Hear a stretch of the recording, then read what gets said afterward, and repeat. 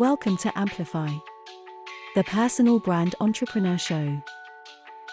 Today on the show, Bob is speaking with Andrea Vahl. What my business now works around is referrals. Some of it comes through lead generation, just that naturally, organically happens through my SEO, my past blog post. I still get a lot of traffic there, obviously. People are still opting into my lead generators. I have them all over my blog posts, pop-ups, all kinds of things to get people on my list. And I do continue to serve my list with some content, with posts and things like that. Hi there, and welcome back to Amplify, the personal brand entrepreneur show, where every week I speak to incredible people who share what makes their business work. And if you're new, take a second right now to subscribe while you still have the device in your hand. And if you're listening on Apple Podcasts, once again, it's tap on the three dots in the bottom right to select Go to Show and hit the plus icon in the top right-hand side. Apple couldn't make that easier or clearer. But if you're listening on any other device, it actually is very easy and super obvious. Just hit the subscribe button and welcome to the family. So this week, we are talking about something extremely important. It's something we don't talk about often enough. And I'm thrilled to be joined by not the princess, not the queen, but the empress of Facebook marketing, Andrea Vahl. I am so excited. I can't tell you. You probably don't know this. I've been trying to get you on the show for probably 2 years. Bob, you crack me up, the Empress. I like that title. You can have it. It's yours. Great to be here. Thank you so much.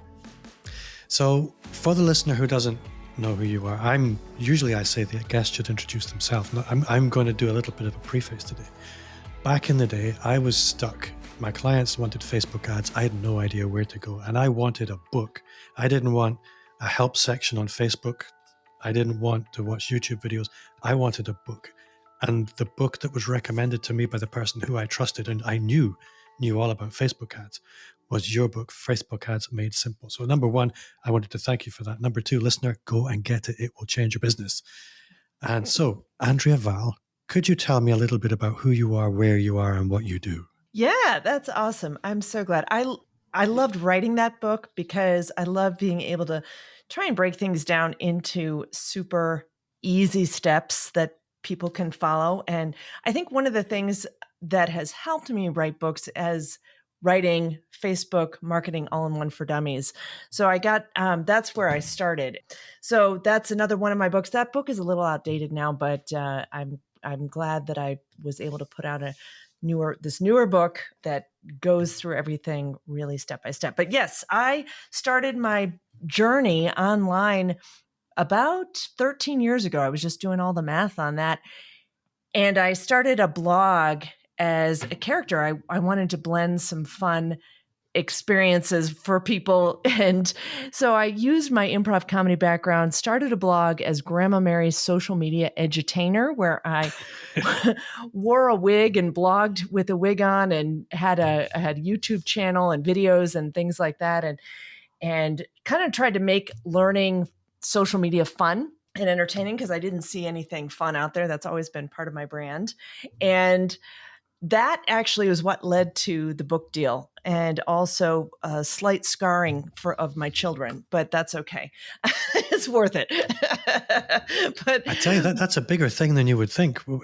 Trying to go out into social media when you have children, and build a personal brand in any kind of way, it's a hairy thing because they're super worried about what their friends are going to think. Yes, for sure, right. And so it's been fun, and I think it's been great for them to see where things can go when you can be yourself. And I actually was a character, but that's part of myself. I enjoyed doing comedy and blending that into my brand and baking it in there. So, and I think that's actually been the reason I got the book deal, because I grew my brand quickly and was able to stand out from the crowd with doing something a little bit more unusual.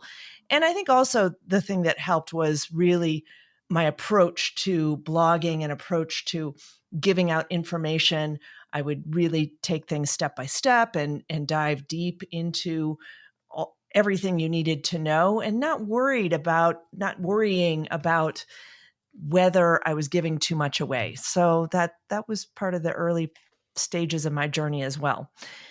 But I thought I was just going to build a part-time brand and part-time business, just running this blog on the side, earning a little extra money.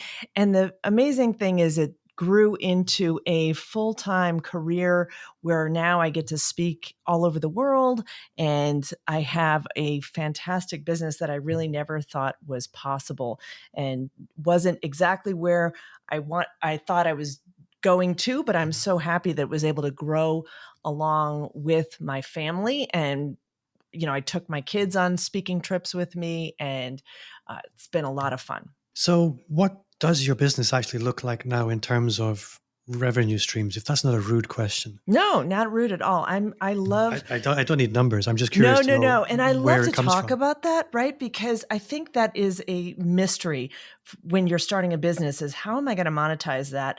How am I going to, build that? And it evolved over the years, because I started out running courses, and that was a big part of my income stream. I also did consulting, one-on-one consulting, and I had my own speaking engagements where I would kind of do some local events and sometimes some paid webinars and things like that.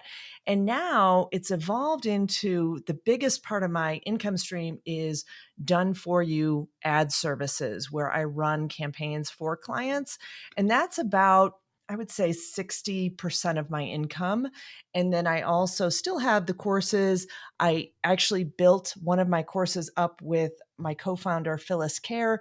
We grew Social Media Manager School, then sold it to Agora Pulse. And that was a really cool thing to be able to do, to build something and sell it. And I also do some one-on-one consulting, but that's not as large a part of my business. And speaking is still part of my business, but hasn't been for the last 2 years, really, obviously. I think, the last 2 years, they've been a bit flaky, but it's nice to see it coming back. Right. I'm interested in the done for you side of things, because most people's instinct is to move away from that. Right. As they build their personal brand and the audience grows, and to really monetize through automation and scale. Mm-hmm. What led to your decision to lean into the done for you side of things? And how has your personal brand and your visibility impacted the choices that you're able to make in that? Right. And that was actually kind of an interesting part that I resisted for a long time. I've always had done for you services as part of what I do, and knowing that I wasn't able to scale it as much was part of my resistance. But I've always liked having that real world experience in different types of industries, so that I can confidently speak about Facebook ads and what is working right now for different industries. What happened when COVID hit was that part of my business was the part that really took off. People all of a sudden said, we've got to get digital now, we've got to get online now. And everyone turned towards running ads, launching programs, doing things at a bigger scale online than they have in the past. So when COVID hit, my business actually got a big bump in revenue, which was kind of amazing and exciting. And what I've done since then is just hired more team and kind of grown that agency side of things, and kind of focused on myself doing more of the front end work, the sales work, the overall strategy, and then my team running the ads, getting them up, monitoring them, that kind of thing. So I've kind of scaled up the agency side when that demand came more into focus. And that's what I love about having different silos in your business, is that they can grow and scale as your attention changes, but also as the demand changes. All of a sudden you realize that people aren't looking for the courses as much, or whatever it might be, or that's not exactly where your heart is at the moment, and you decide to scale something else up. And it's fun to be able to do that. Something I'm curious about is, you're very well known in the Facebook ads space. Mm-hmm.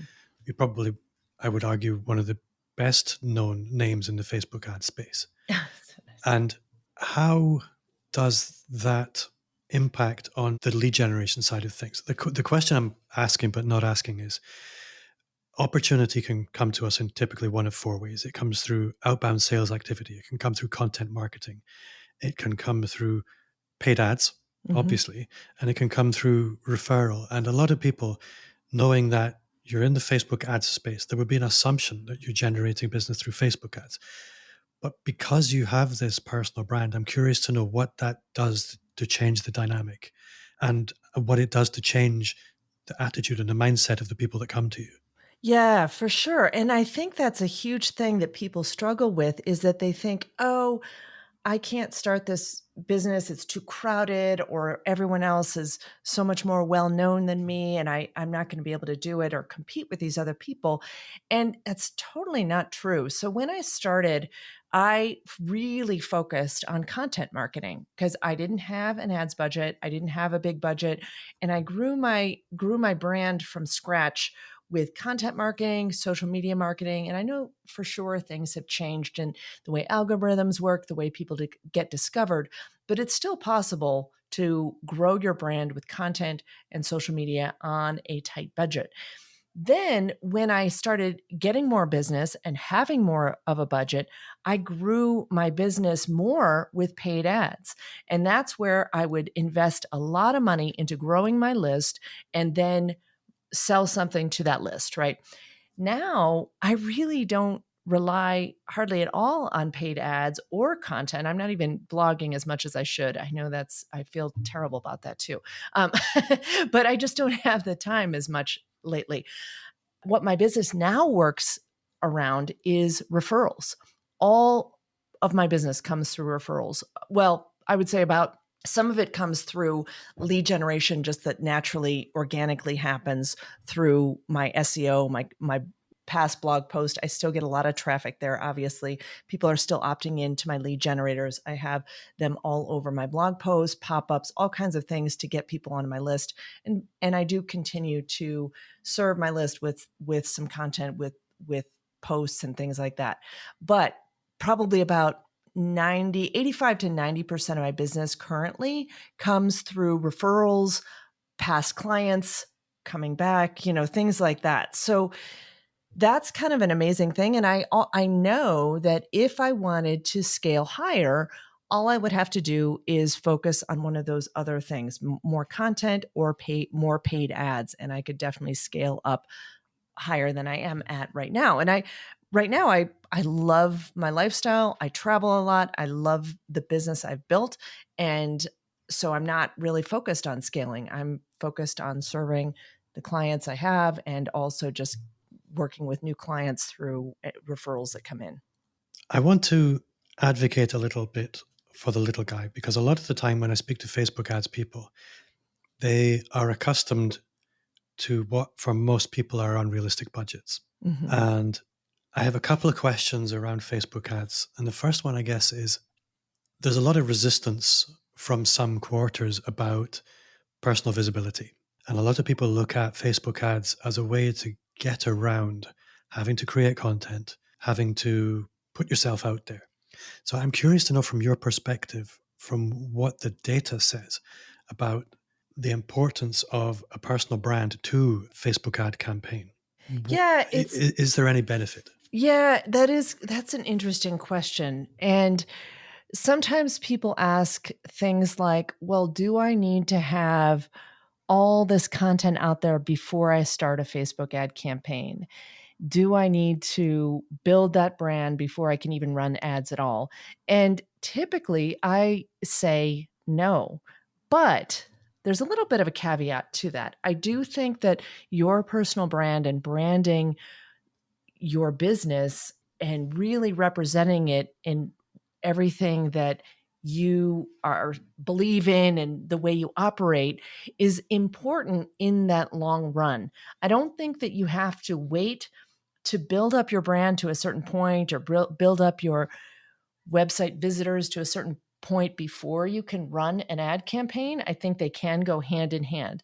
I do think it's important to be visible out there with, statements about what your company or business represents, how you work, things like that people are now looking for. They want to see testimonials, they want to see your personality a little bit, even if it's like a local store or local company. What is your personality as a company and your brand as a company?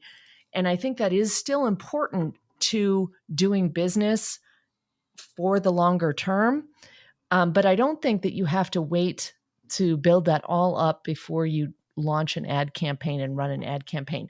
I will say too that I think organic posting is a little bit less important as far as feeding that content machine. I think it's good to have some organic posting for sure. Why not capitalize on what the algorithms can give you? And I think you get a little bit farther on spaces like LinkedIn than you do on Facebook with an organic post. But I don't think that you have to feed that content machine as much as you used to. Like before, people were saying you've got to post every day or 6 times a day, something crazy like that. That's definitely not the case as much anymore. I do think people still look for some organic content for what kinds of things you're putting out there in the world. They want to see who they're doing business with, and they want to get a feel for your personality. And I think that's the bit that matters for me, because I think a lot of people, they don't want to show up in their ads because they Right. have an inherent fear Right. of personal visibility. Right. And I guess what I'm curious to know is, if I come to you as a client and I say, Andrea, I sell this service, I'm not willing to show up in these ads. I just want you, it's basically the brand, the company brand first. Mm-hmm. Whereas I come to you selling exactly the same thing and I tell you, you know what, I'll do whatever you want me to do to make this ad work. Right. I'll take selfies, I'll do a video. Which is going to work better? Yeah, in general, I think images with people do better. And, that's not always the case. Sometimes it's about that lead magnet or something that you are providing. But I think that, there is a little bit it's a combination of like images and text that's really doing that sales or that conversion, for you. And you don't always have to show up with your personal picture, but it can help. I do see that in general, images with people convert a little bit better, but we always test both things and see, hey, is it just, if we just put the lead magnet out there, does that work a little bit better? I think that having text that's also showcasing your personality, where you're talking in a conversational tone, can really help an ad campaign do a little bit better. So I think it's sort of a combination. I don't think you have to be, some people worry that, oh my gosh, I have to be a complete extrovert, or I have to be crazy, or I have to do something that I'm not comfortable with. And that's definitely not the case. I think if you were showing up authentically and people feel that, that's what really helps draw people into you. That makes a lot of sense. I think my next question is, how simple is too simple? And what I mean by this is, if you're the average business owner, every time you post something on Facebook are saying, hey, you know what? Give us some money, just boost the post. Mm-hmm. And then at the other end of the spectrum, you've got people with these convoluted processes where they'll run a video to warm you up, and then they'll retarget anybody that watched 50% of that video with an offer. Right. So from the average business owner's perspective, where they've got a lead magnet, they've got a little bit of money to spend, maybe $100 a month, how simple is too simple? Yeah, if you have $100 a month, I think at that point it's can be about, using that lead magnet, getting people onto your email list, and really optimizing around conversions. Now, one of the things that people worry about, they're like, well, I don't even have a lead magnet. What should I be doing? And I think that, just getting in front of people with ads and with your images and, your brand can help, but it is better in general to optimize around conversions. So that means using a lead magnet, using maybe it's a sales ad. With $100 a month, that's pretty low. It's not a huge budget to get sales, but you can, Well, I think a complementary question to that is, what budget is too small? Yeah. What would be a sweet spot, sensible amount of money for the average business owner that's in business, is making a living, is doing okay? Right. And obviously right. that's maybe let's just pretend they're making 150 grand a year. Yeah.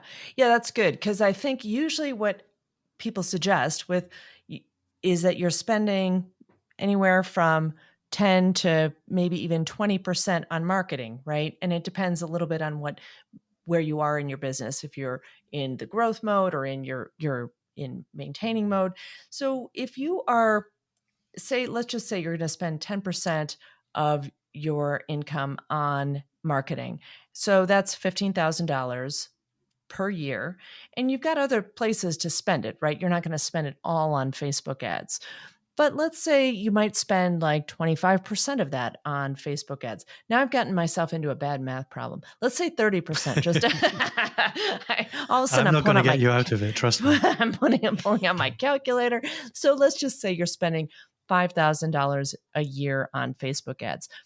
You might decide to break that up into some different promotions. Maybe you've got, something that happens in the spring. You're going to spend more money on promoting that, or a big event that you might, dedicate a little bit more money to that. So that ends up with actually not a bad budget overall. You might be spending, a couple $100 on Facebook ads each month, and then dedicating a little bit more to those special promotions. And with that type of budget, what I would suggest is maybe if you've got some content that you want to have a little bit more visibility on, or if you do have a lead magnet, I would maybe dedicate that $200 a month to that lead magnet and just continue to build your list. Because what that's allowing you to do is, take advantage of Facebook for growing your own email list, which is something that you own and something that you can then market to over and over. So you're kind of getting your audience off of Facebook onto your own property where you can continue to connect with them. I guess another question that's really prompted by something that I hear a lot. You'll hear this all the time. Oh, we tried Facebook ads. It didn't work. Yeah.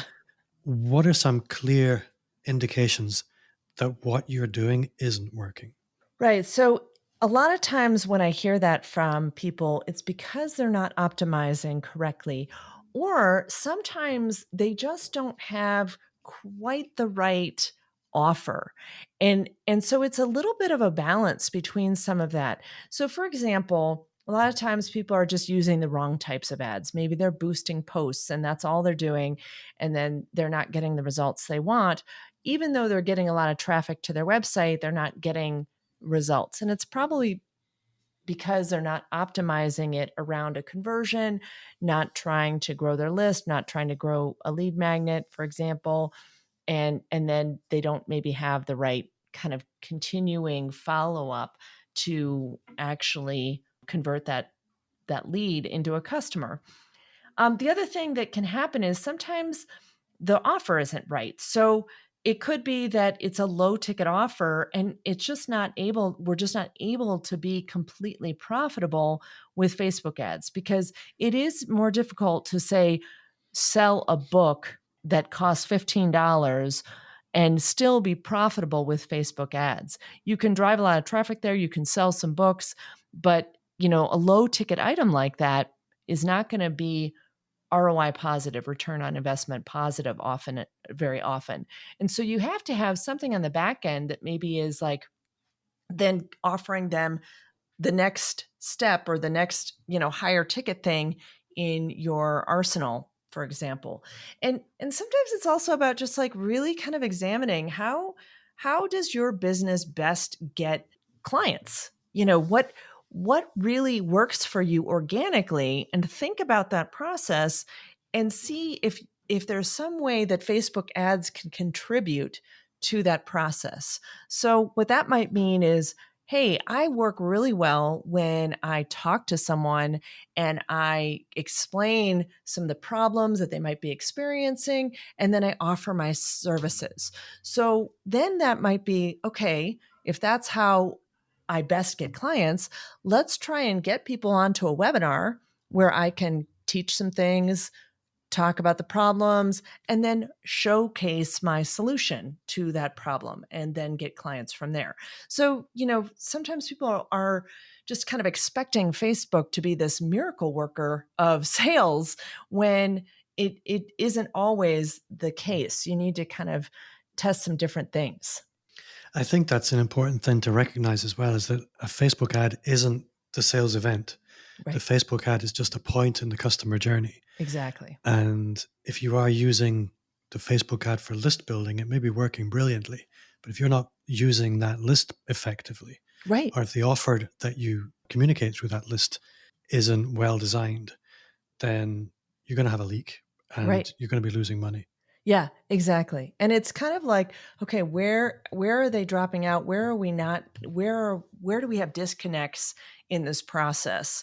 And how can we make that right? And sometimes it's even about like, okay, what happens after they get onto the list? Are they opening the emails? Are they engaged? Are we making several different offers to them to, kind of monetize that list? So that can be part of the process too.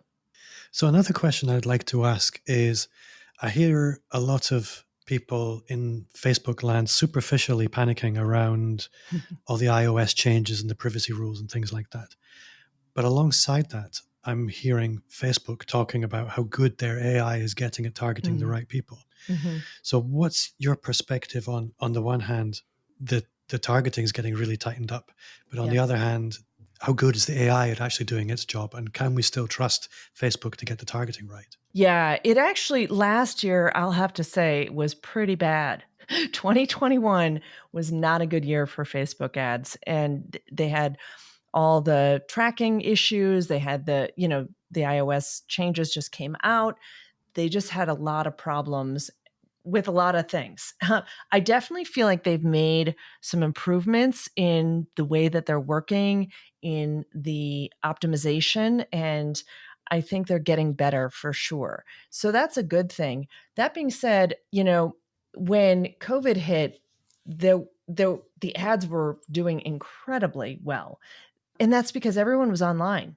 Everyone had nothing to do but sit around and look at our computers. So sometimes people are like, well, in 2020, my ads were doing great. I'm like, yeah, that was when we had a really, really captive audience to advertise to. And now, things have changed. I think world events kind of shift things too. People are out and about a little bit more. So I definitely think the performance of Facebook ads is improving from the changes that happened in 2021. But I think, year in, year out, we're typically seeing increasing costs in general. So it's important to always be testing different things, always be trying different offers, trying different text, watching what other people are doing in the news feed and watching what kind of ads are really catching your eye is helpful as well. I think there are two kinds of people who use Facebook ads. There are people who are spending a lot of money and they need somebody competent to manage it for them, like they're managing any investment. And then there are other people who should be self-investing. Mm-hmm. And like financial investing, when you're spending a lot of money, it's complicated. There's a lot of variables to watch. Mm-hmm. But then when you're spending a little bit of money, it's actually reasonably simple. There's just a little bit that you need to know.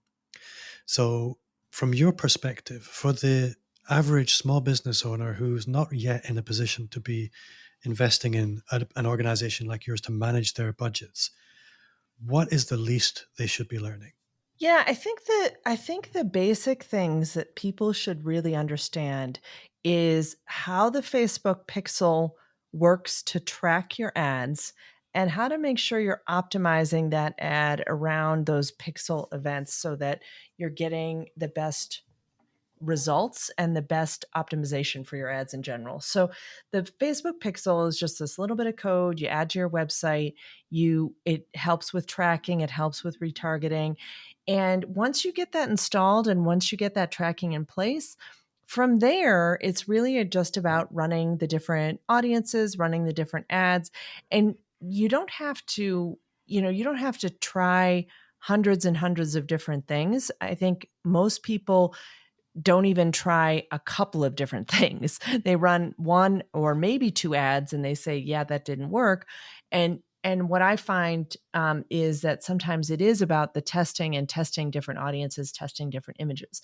And that's not too hard to do. It's really there is a little bit of a learning curve. And I think it makes sense for people to know Facebook ads even if you are going to hire someone to do it for you, because I think you want to know the basics and what's possible. And also testing it out first yourself is helpful to have that baseline before you hire someone else to do it. So I think it is good to, run it yourself, run a conversion ad, understand that little bit about getting that pixel in correctly, and then doing a little bit of testing on your own. Like you said, I think you're totally right in that it's not always a good idea to make huge investments to start, and it is kind of expensive to have someone run your ads for you a lot of times. Now you can, what can be more beneficial is to train someone internally. There are courses out there. I have courses, there's books. Train someone internally who's going to be the person who manages that and really gets that rolling for you, and have them be responsible for that side of things. And then if you are scaling up higher, if it's working, if you have more money to invest, then it might make sense to hire like an agency or someone to really manage it for you. I think that internal training is actually a really good point. I think too many people, they go from winging it to delegating far too quickly. Yeah. Yep. Building up that internal capacity is a really good shout. Yep. I'm curious to know, obviously, this is the Personal Brand Entrepreneur Show, and you come, as you said, from an improv comedy background, built your career early on through content. What is your current content play? Where are you focused right now? Yeah, I do. When I do content, I try and make it about list building type of content. So I'll run webinars. I will try and, get ebooks out there so that I'm building up a library of things that I can offer that will be valuable and will be able to grow my list. So when I go and speak at an event, for example, I want to have some type of lead magnet to offer them so that I can build my list from people who've heard me speak. I want to be able to, offer really valuable things to my existing list, and that could be the ebook or the webinar. So I'm doing that a little bit more often than blogging these days. I need to get back on the blogging wagon, but I will do that. But it's been a busy couple of years for me in some growth stages, which has been awesome. But sometimes that means that other stuff kind of falls by the wayside. Podcast transcription is your best friend. Trust me. Right. What I'm really curious to know, because whenever I meet somebody that's really competent, that's sort of working at the top of their industry, I always want to know, what do they find difficult? Because competent people, they just make life look easy. But what's not easy for you? Which parts of your business do you look at and go, you know what? I hate doing that. I feel vulnerable. I feel like I'm faking it. Where's the imposter syndrome? Oh, so many places. No, it is kind of interesting. I have been completely shocked at what a mental game entrepreneurship is. And when I started my business 13 years ago, I thought, oh, you know what? I'm going to start this business. It's going to be great. I'm going to be able to promote myself really easily. And I think at every stage of the game, I've had things that I've come up against that are mental game issues that I've had to work through. And some of those are things like being able to charge what I'm worth, feeling like I'm not an imposter, even though I've written some books and, spoken in big places. There's always someone who is doing things better than you are, that you look to, that you feel jealous of, or you wish that you were working as well as they were. So I think for me, it's really been about, how do I make sure I protect my mental headspace so that I don't go into this spiral of negativity if I start seeing someone who I'm like, oh, look at them. They're doing it so much better than me. And I wish I was more like them. And I think that's been the biggest thing that I've been able to achieve more recently, where I realize what some of those triggers are. I realize when I start down that path, how I can pull myself out quickly and continue to be productive. Because sometimes that kind of day would just spiral and I would not be able to get anything done for the whole day because I'd be thinking of someone's business that was doing better than me, or that someone who knew more than me, or whatever it would be, or just get I know distracted with exactly what you shiny. mean. What? I know exactly what you mean. And I think Yeah. the thing is, once you hit a negative spiral like that, all the other negative things start happening. Oh yeah. You just see negativity everywhere. And if you Right. say lose a day, you could easily lose a week. Right, for sure. And so I think that's been kind of the biggest change for me, is the ability to pull myself out of that and recognize when that starts happening to me, and kind of move myself back to a centered place and say, you know what, that's not, that's not something I've chosen, or not a direction I want to go. Or kind of recognize when I'm seeing something like that, where I am thinking, wow, that person looks amazing, trying to see what is it about what they're doing that I could incorporate, or how can I learn from them, or how can I get inspired from them and realize that, wow, that type of business is possible, and that's exciting, rather than feel badly about myself for not being like that. And so I think gratitude is, I mean, people talk about that all the time. Gratitude is such an antidote, and it really is, because I haven't built $1 million business. I don't, I'm doing really, really well, but it's not $1 million business. And I've made that choice because I like traveling. And not to say that people who build $1 million businesses can't travel. There's also kind of belief systems that come into play with all of this. Yeah. So, I have to kind of be grateful for the life I've built, and realize that if I want that, it's possible, and I can just go for that and do that. But I don't need to get down on myself for not making that choice. Yeah, I think you're absolutely right there. And to say something to the $1 million business, $1 million business isn't necessarily $1 million of profit. Exactly. Yep. For me, those numbers are completely meaningless. It's Right. You can have a much better lifestyle on a $500,000 or even a $200,000 business Yeah. than a badly built $1 million business. Right. For sure. And it's always been interesting to me too, as you kind of, as you mastermind and brainstorm with people, sometimes you find that out, that you are making more than someone who has a multi-million-dollar business. And you're like, wow, and it's shocking. That's what's the important part, is the net profit, and also the lifestyle and the design of what you want. And also fundamentally the vision. What's the Mhm. vision that you have for your business? Right. Because it's your business, it's your vision, Right. it's not somebody else's. Exactly. So, Andrea, if people want to go deeper with you, if they want to find out more about Facebook ads, they maybe want to take the first dipping of the toe, how can they do that with you? Yeah. I all of my stuff is at andreavahl.com, ANDREAVAHL.com. And I've got blog posts, I've got free guides there. I also have a free guide that is 50 inspiring examples of ads that work. And that's at andreavahl.com/50 ads.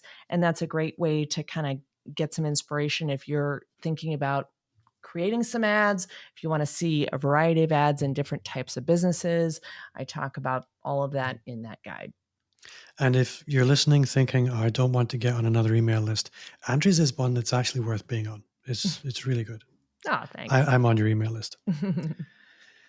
So, Andrea, if I end the interview forgetting to ask you the one question I ask everyone, it'll be the first time for a long time, and I nearly did. But what's one thing you do now that you wish you'd started 5 years ago? Yeah, so that I was thinking about this earlier, and that is a tough one. I think the biggest thing for me is to stop doubting myself and trust that the income will always be there. I think as entrepreneurs, it's hard to ride that roller coaster of ebb and flow of income sometimes. And I get really nervous. I used to actually joke about how I would get really, really scared if I'd have a little bit of a turn in income. I'd be like, what can I launch? What can I launch? What can I launch?